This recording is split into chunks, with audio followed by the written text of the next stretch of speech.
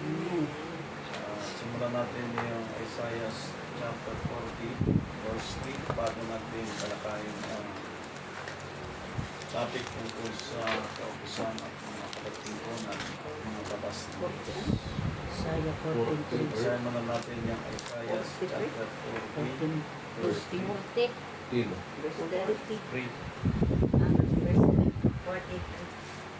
Ang tinig ng isang sumisigaw, ihanda ninyo sa ilang ang daan ng Panginoon.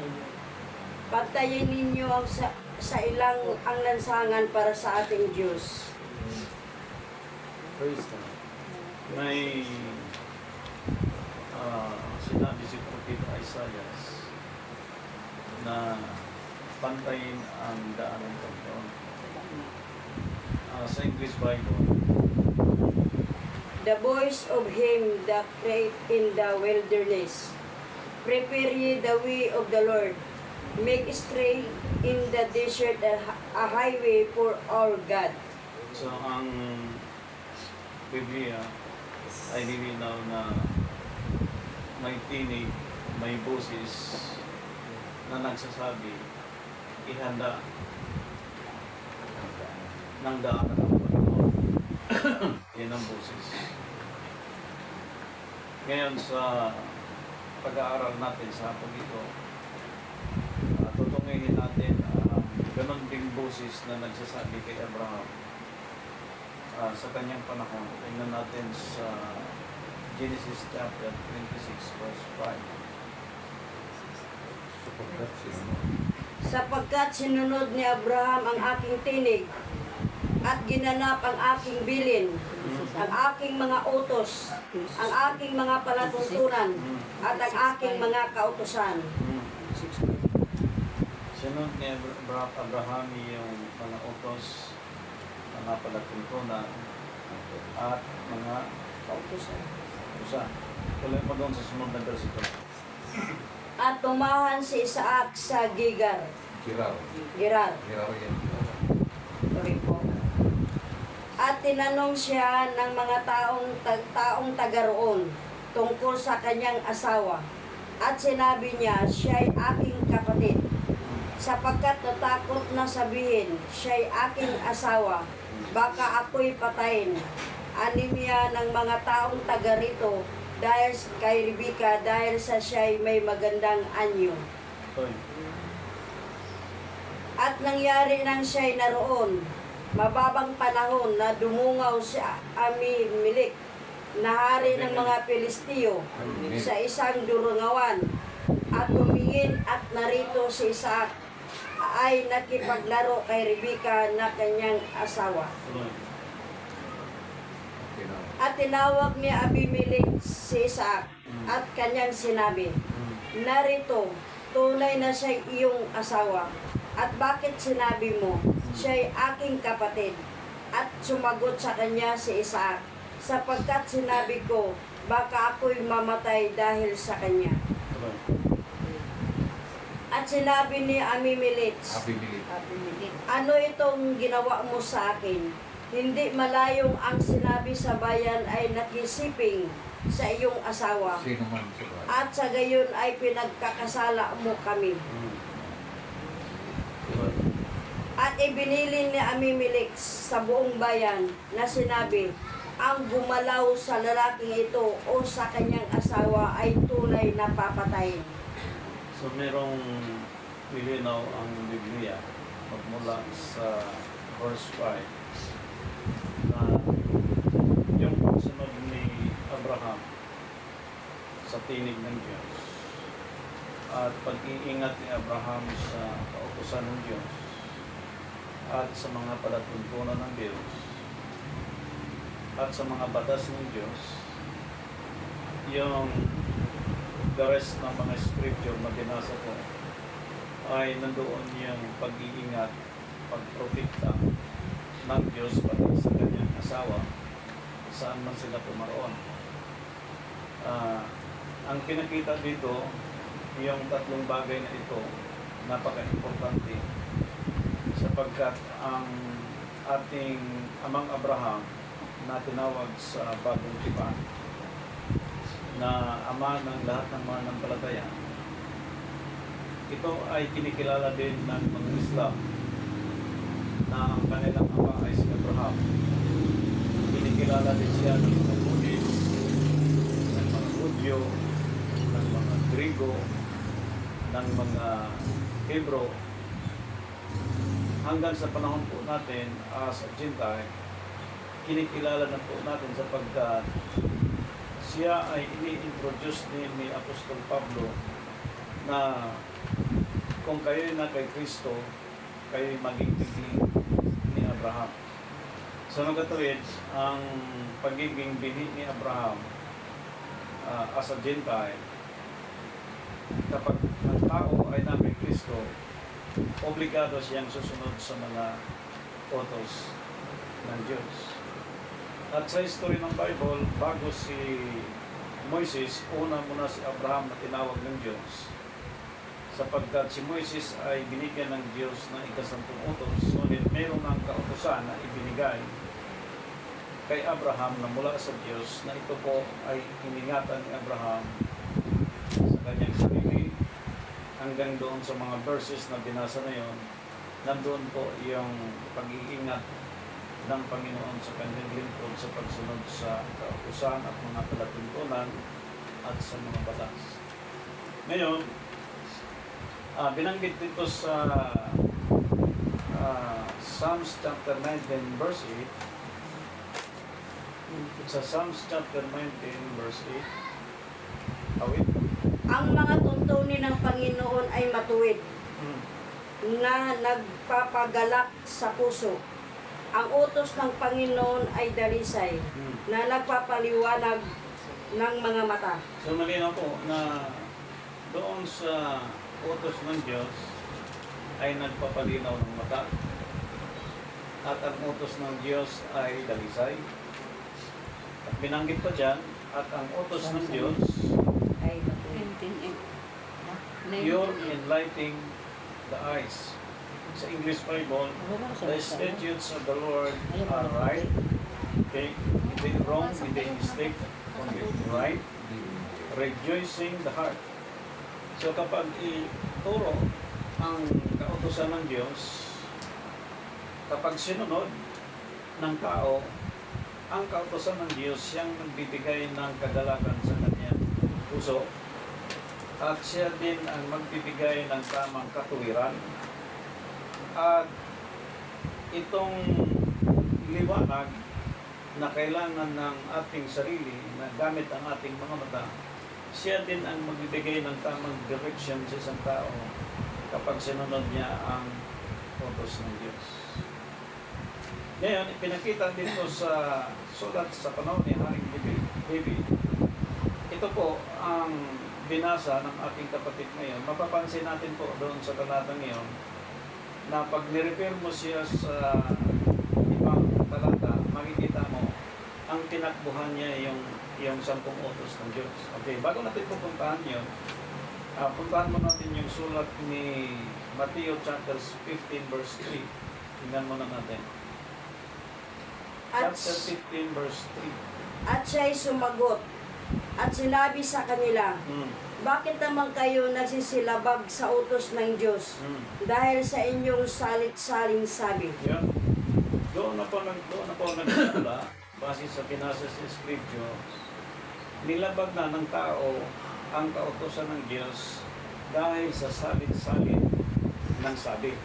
So mga panahon na po na dumating sa ating panahon na meron ng traditions of men, meron ng mga pagkaligaw ng ating mga ninuno, at meron ng mga history na nangyayari bago dumating sa ating panahon ang aral tungkol sa pananampalataya. Doon pa lang meron ng pagsira sa kautusan ng Diyos. So pangalawa, na makita natin, susundan muna natin kung saan po ang pagtigil ng kautusan na yon, kung ano ang tinutukoy sa Biblia tungkol sa kautusan ng Diyos. Okay, balikan natin yung Exodus chapter 20 verse 1. At sinasalita ng Diyos ang lahat ng salitang ito na sinasabi. Ako ang Panginoon mong Diyos na naglabas sa iyo sa lupain ng Egypto, sa bahay ng pagkaalipin. Huwag kang magkakaroon ng ibang mga Diyos sa harap ko.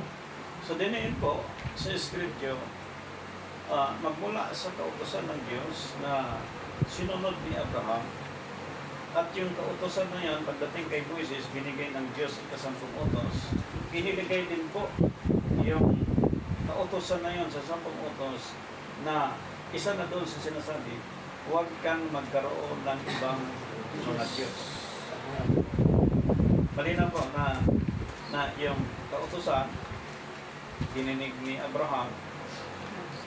After Abraham, sinulat ni Moises yung 10 utos.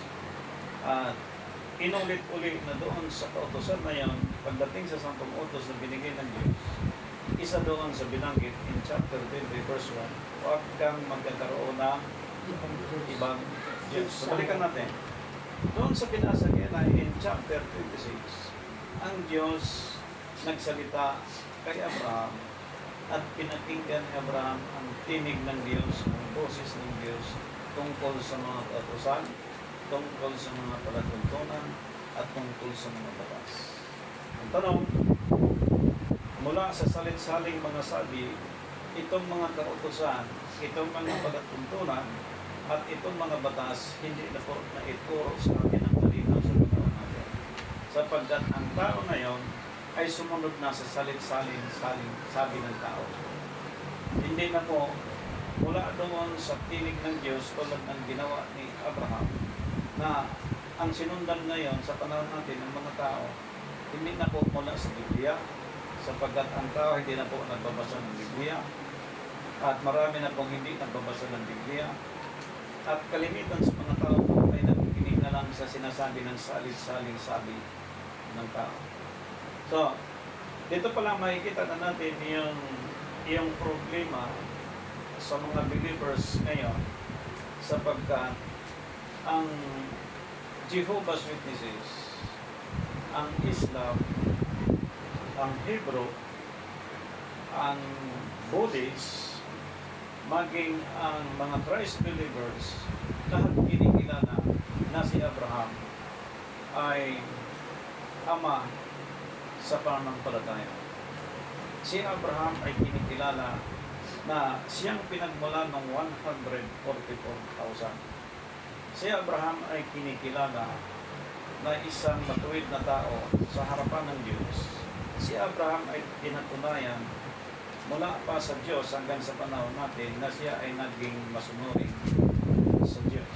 So, ibig sabihin, ang binanggit kong iba't ibang mga grupo sa panahon natin ngayon, kinakailangan nakalapat tayo doon sa original na kausap ng Diyos tulad ni Abraham, na siya ay naging masunurin sa mga kautusan at mga palatuntunan maging sa mga batas ng Diyos. Now, ito na ang nangyayari at nakikita natin na dito sa scripture na binasa kanina, sa loob ng 10 Commandments, inulit-ulit ni Propeta Moises yung pagsunod ni Abraham sa Diyos in chapter 26 verse 5 ng Genesis kanina. So, ang dinidiin ko sa pag-aaral na ito, yung pagsunod ng tao sa kautusan ng Diyos. At doon sa kautusan ng Diyos, merong mga palatuntunan ng Diyos na kung sinong hindi sumunod sa palatuntunan ng Diyos, papatawan siya ng batas. Na pagdating kay Kristo, nilinaw ni Apostol Pablo, we are not under the law, we are under the grace. So nilinaw ni Paul na we are in Christ, na yung na kay Kristo, sila'y maging bini ni Abraham at maging tagapagmana ayon sa pangako. Ang ini-introduce ni Paul na wala na kayo sa batas pag na kay Kristo na kayo. At the same time, ang mga tao ay na kay Abraham na. We are not under the law, we are under the grace. So yung under the grace, ipinakita din sa Bible sa malawak na pag-aaral, yung gospel of grace or gospel of the kingdom, yung dalawang bagay na ito yung pinakita, na ang mga wala sa ilalim ng batas, na ang mga tao kung sila ay nasa ilalim ng biyaya, yung grasya na ito na matamo mula kay Kristo at mailapag kay Abraham bilang tayo bini ni Abraham sa pananampalataya sa Diyos kay Kristo, dito sa 10 utos na ito diniin na sa Tagalog, pakibalik sa verse 1. Genesis po, No, Exodus chapter 20. Verse 1. 21. Mm. Sinalitan ng Diyos. at sinasalita ng Diyos ang lahat ng salitang ito na sinasabi, Ako ang Panginoon mong Diyos na naglabas sa iyo sa lupain ng Egypto, sa bahay na pagkaalipin. Huwag kang magkakaroon ng ibang mga Diyos sa harap ko. Ang diniin po, huwag kang magkakaroon ng ibang mga Diyos sa harap ko. Bago si Moises, sinabi na ng Diyos kay Abraham at pinakinggan ni Abraham ang boses ng Diyos. Officially, pagdating sa panahon ni Moises, sinulat sa 10 Commandments, yung tungkol sa huwag magkaroon ng Diyos-Diyosan ng ibang mga Diyos sa harap ng Diyos. Okay. Dito po sa Deuteronomy chapter 10 verse 4. At kanyang isinulat sa mga tapyas ang ayon sa unang sulat, ang 10 utos na sinasalita ng Panginoon Yun. sa iyo sa bundok mula sa gitna ng apoy, ng kaarawan ng kapulungan, at ang mga yaon ay ibinigay sa akin ng Panginoon. Tuloy. At ako'y pumihit at bumaba mula sa bundok, at aking isinilid ang mga tapyas sa kaba ng aking ginawa, at nangag doon na gaya ng inuutos sa akin ng Panginoon. Gaya ng inuutos sa akin ng Panginoon. So magmula sa chapter 20 verse 1, at dito binasa sa uli ng ating kapatid dito sa aklat ng Deuteronomy. Ipinakita po, okay, sundan natin, Exodus chapter 34 verse 28. 34:20. At siya'y natira doon kasama ng Panginoon na 40 araw at 40 gabi. Ayan. 28. Yung haba ng panahon ng 40 days and 40 nights. 28. From Moses' time, okay? From the history, no? From Exodus. Ang panahon na 40 days and 40 nights na ulit muli sa panahon ni Christ. After nung the day na siya ay nagkaroon ng resurrection. At yung after the resurrection of Jesus Christ, yung 40 days and 40 nights, nagkakaroon po siya ng training sa mga gusto na mayroong mga 120 person na tinitraining ni Kristo tungkol sa kaharian ng Diyos. So yung 40 days sa time ni Moises kasama ang Diyos, okay? Yung 40 days na nagturo si Kristo tungkol sa kaharian ng Panginoon, kasama ng apostol, kasama yung ibang mga tao. So ayon sa scripture, meron silang 120. Okay. Yung 40 days kay Moises at yung 40 days kay Christ, tulad sa panahon ni Abraham, nakinig si Abraham sa boses at tinig ng Diyos. Sapagkat bago si Moises, nauna na si Abraham, at nung tinawag si Moises ng Diyos, si Moises binigyan ng 10 Commandments ng Panginoon. Sinulat niya officially ang sinabi ng Diyos kay Abraham. Bago si Moises, sinulat niya dito sa 10 Commandments. At binanggit din ngayon doon sa Scripture na tungkol po sa mga kautusan, tungkol sa mga sinabi ng Diyos, tungkol sa mga dapat gagawin ng Diyos. Merong mga pagliliin sa lahat ng tao ang tungkol po na maingatan ng tao ang word, labagin at sirain ng tao ang mga kautusan ng Diyos. Sapagkat yung kausap ng Diyos sa panahon ng Old Testament, walang iba si Abraham at ang kausap ng Panginoong Jesucristo and 40 days sa time ng kanyang resurrection. Walang iba ang mga apostol at ang mga tao at ang tinuro ni Kristo tungkol sa kaharian ng Panginoon. Okay. Tuloy natin yung Exodus chapter 32 verse 16. Tingnan natin kung gaano ka-importante yung pakikipag-usap ng Diyos kay Abraham hanggang sa ikasampung utos na binigyan ng Diyos kay Propeta Moises. Okay, chapter 32 verse 16. At ang mga tapyas ay gawa ng Diyos. Amen. At ang mga sulat ay sulat ng Diyos na nakaukit sa mga tapyas. Yes. So tingnan natin itong Ten Commandments na ito na ang 10 utos na kasulat sa tapyas ng bato, paano ito mapatunayan sa ating panahon na official talaga ito. Okay.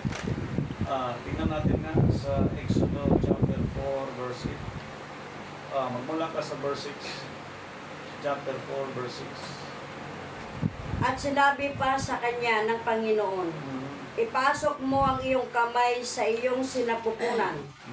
At kanyang ipinasok ang kamay niya sa kanyang sinapupunan. At ng kanyang ilabas ay narito ang kanyang kamay ay may kitong na maputing parang nebe. At kanyang sinabi, ipasok mo uli ang iyong kamay sa iyong sinapupunan. At kanyang ipinasok uli ang kamay niya sa kanyang sinapupunan. At nang kanyang ilabas ang kanyang sinapupunan ay narito, nagsauling gaya ng kanyang dating laman. Anong nangyari? Gumaling. Gumaling o lumala ang sakit? Gumaling. Sa pagsunod sa utos ng Diyos, sa mga ginamit ng Diyos ng mga propeta, at pagsunod ng tao sa mga lingkod ng Diyos at the same time sa Diyos. Since then up to the present, ipinakita ko yung kapangyarihan ng Diyos sa pagsunod. At dito sa talatang ito, nakikita natin, susundan natin yung Deuteronomy chapter 4 verse 6. Hanggang saan ka ng verse kanina, sister? Abot mo na 8, di ba? Di pa po. Okay, 7. Ngayon ng Deuteronomy 4:6. Balikan mo muna yung Exodus chapter 4 verse 7. 4:7. At kanyang sinabi, ipasok mo uli ang iyong kamay sa iyong sinapupunan. At kanyang ipinasok uli ang kanyang kamay niya sa kanyang sinapupunan. At kanyang ilabas sa kanyang sinapupunan ay narito, nagsauling gaya ng kanyang dating laman. 8. At mangyayari na kung sila hindi maniniwala sa iyo, ni makikinig sa tinig ng unang tanda, ay kanyang paniniwalaan ang tinig ng huling tanda. Yes. Unang tanda at huling tanda. Old Testament and the New Testament. Unang tanda, literally sa panahon ni Moises. Pangalawang tanda, spiritually sa panahon ni Christ. Sa panahon natin ngayon, ipinakita ko yung day of resurrection ni Christ. Ibig sabihin, kung nabuhay siya, ibig sabihin, pinatay siya. Kung kailan siya nabuhay, at kailan din siya pinatay. Ilang araw siya mula nung pinatay, hanggang sa nabuhay, at ilang araw, bago nangyari ang mga yon, magmula sa time ni Christ hanggang sa panahon natin, merong 40 days si Christ bago umakyat sa langit. At nag-preaching siya sa mga apostol in 40 days and 40 nights. Ito rin yung time na nagkipag-usap si Moises sa Diyos na inisip ng mga tao si Moises patay na. Kinain ng mga hayop sa gubat. Pero si Moises nakipag-usap sa Diyos na isang galos walang nangyari kay Moises. Si Abraham nakipag-usap sa Diyos, nakinig si Abraham sa Diyos. At si Abraham, kanyang asawa, maging ang kanyang family, iniingatan ng Diyos na hindi ibig sabihin malusog, masipag, matatag, magaling si Abraham, kundi ang pagsunod ni Abraham sa kautusan ng Diyos. Kautusan, mga palatuntunan, at pag-iingat sa mga batas ng Diyos. Ngayon, dito ngayon sa pinag-aaralan natin ngayon sa pag-uusap tungkol sa mga kautusan ng Diyos, mayroong mga probe na ating babasahin tungkol dito. Okay. Deuteronomy chapter 4, verse 6 hanggang verse 8 din. Ingatan ninyo at inyong isasagawa, sapagkat ito ang iyong karunungan at ang inyong kaalaman sa paningin ng mga tao na makakarinig ng mga palatuntunang ito at magsasabi, tunay na ang dakilang bansa ito ay isang pantas at maalam na bayan. Tuloy. Sapagkat anong dakilang bansa nga ang mga may Diyos na napakalapit sa kanila, na gaya ng Panginoon na nating Diyos, kailanman tayo tumawag sa Kanya. Yes. At anong dakilang bansa nga ang may mga palatuntunan at mga kahatulan, napakatuwid na gaya ng buong kautusan ito, ng aking inilalagda sa harap ninyo sa araw na ito. Ibig sabihin, pirmado ng Diyos ang 10 utos at the same time, yung utos na ginawa ng Diyos kay Abraham hanggang kay Moises, pirmado ng Diyos. Ibig sabihin ng isang dokumento, kapag hindi po pirmado, hindi po siya magiging opisyal. Hindi po magiging malinaw sa atin kung isang dokumento ay hindi po pinipirmahan. At ito po ay pirmado mismo ng Diyos. Ang tanong, sa panahon natin, anong bansa ang nagpapairal ng mga palatuntunan ng Diyos? Samantala kanina, ang mga tao namimihasa sa salin-salin sabi ng tao. Tanong, anong bansa na nagpapairal ng mga kautusan at palatuntunan ng Diyos? Halimbawa, bansang Pilipinas, ang mga tuntunin pinairal pagdating ng December 25, diba, birth of Jesus Christ. Pagdating ng April, anong pinairal ng bansang Pilipinas? Kalubig. Diba, may mga Holy Week. Pagdating ng May, na halos buong Pilipinas ay may mga pista tungkol sa mga santo na halos napakaraming mga pista sa iba't ibang panig ng bansang Pilipinas.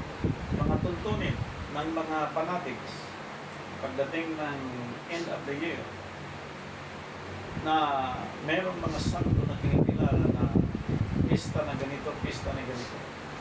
So, yan po ay karanasan nating mga Pilipino at pinakita sa atin na talaga maraming mga tuntunin ang ating kinagisnan na pinaiiral hanggang ngayon. So ang tanong, anong meron ding mga tuntunin ang mga Buddhist? Anong mga tuntunin ang mga Islam? Meron din silang Ramadan. Anong mga tuntunin mga Jehovah's Witnesses? Kung lingguhang paglingkod, meron din po sila. At yung mga churches ngayon, meron mga lingguhang paglingkod. At isa yan sa mga tuntunin ng Diyos. So pagka i-clarify mo lahat itong mga tuntunin, if we talk first day of the week, ang lahat po nagsama-sama yan sa araw ng linggo na day o ano, ang linggo ay first day of the week. Ngayon, ang tanong kanila, anong bansa ang gumaganap at nagpapairal ng mga tuntunin ng Diyos? Sapagkat kung may bansa po na tumutupad sa mga ganong mga tuntunin ng Diyos, ang tawag sa kanila ng Diyos, anong tawag? Dakilang bansa. Bayan na maalam. Pakibasa nga, bayan na maalam. At anong dakilang bansa nga may palatuntunan at mga napakatuwid na gaya ng buong pangkutan ito na aking nilagda sa harap ninyo sa araw. Itong bansa na maganap ng mga tuntunin na napakatuwid. Pilipinas, ang dami naman. Actually, ito lang po ang pinirmahan ng Diyos. Aprobado. Yes, yes. Ganun Amen. Yung bansa na gumaganap ng matuwid na tuntunin, ibig sabihin, hindi sila nagpailalim sa sistema ng sanlibutan, sa tradisyon ng sanlibutan, sa mga tuntunin ng sanlibutan. Totally, Revelation chapter 18 verse 4, come out from among them. Pag lumabas sila at gaganap sila sa mga tuntunin ng Diyos na napakatuwid, ang tawag sa kanila ay dakilang bansa. Yung dakilang bansa, actually, yun lang ang pirmado ng Diyos. Therefore si Moises, therefore si Abraham, pareha sila iningatan ng Panginoon na hanggat hindi pa na-fulfill ang kanilang ministry, walang pwedeng sumirat sa kanila. Sabihin natin, meron silang immunity. Ngayon, dito sa pinag-uusapan natin, doon sa kautusan ng Diyos, ang nirecognize lang ng Diyos at pirmado ang dokumentong taglay ng mga tao ito, yung pirmado ng Diyos. At yung pirmado ng Diyos, yun yung bansa na pagganap ng pinakatuloy sa paningin ng Diyos, yung pagganap sa utos ng Diyos.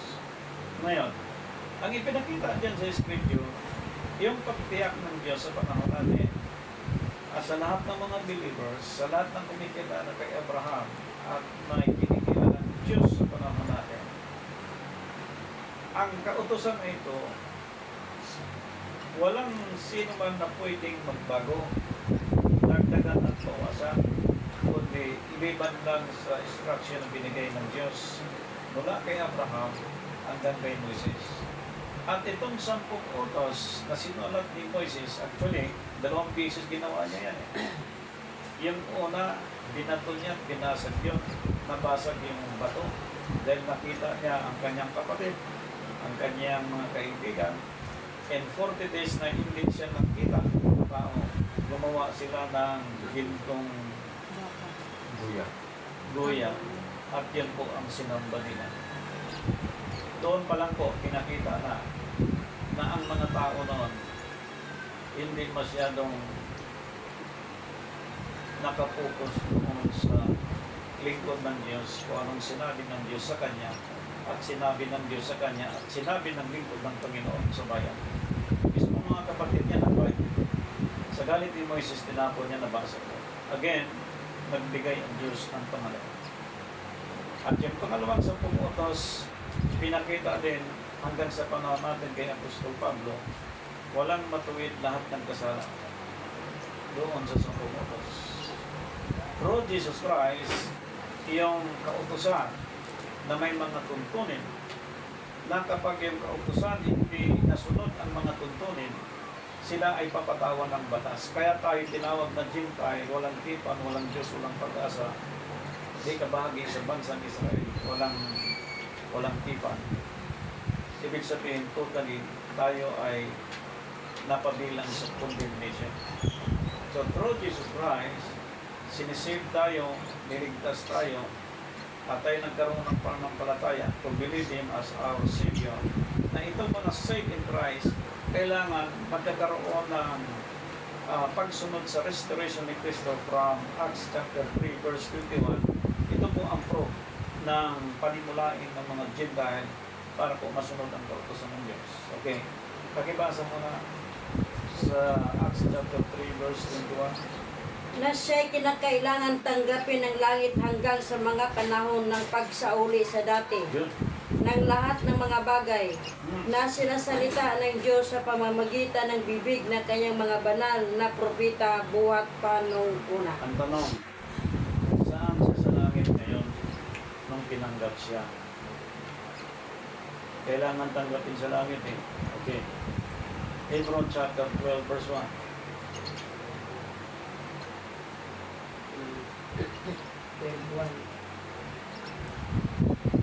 Kaya't yamang nakukubkub tayo ng makapal na bilang sa mga saksi.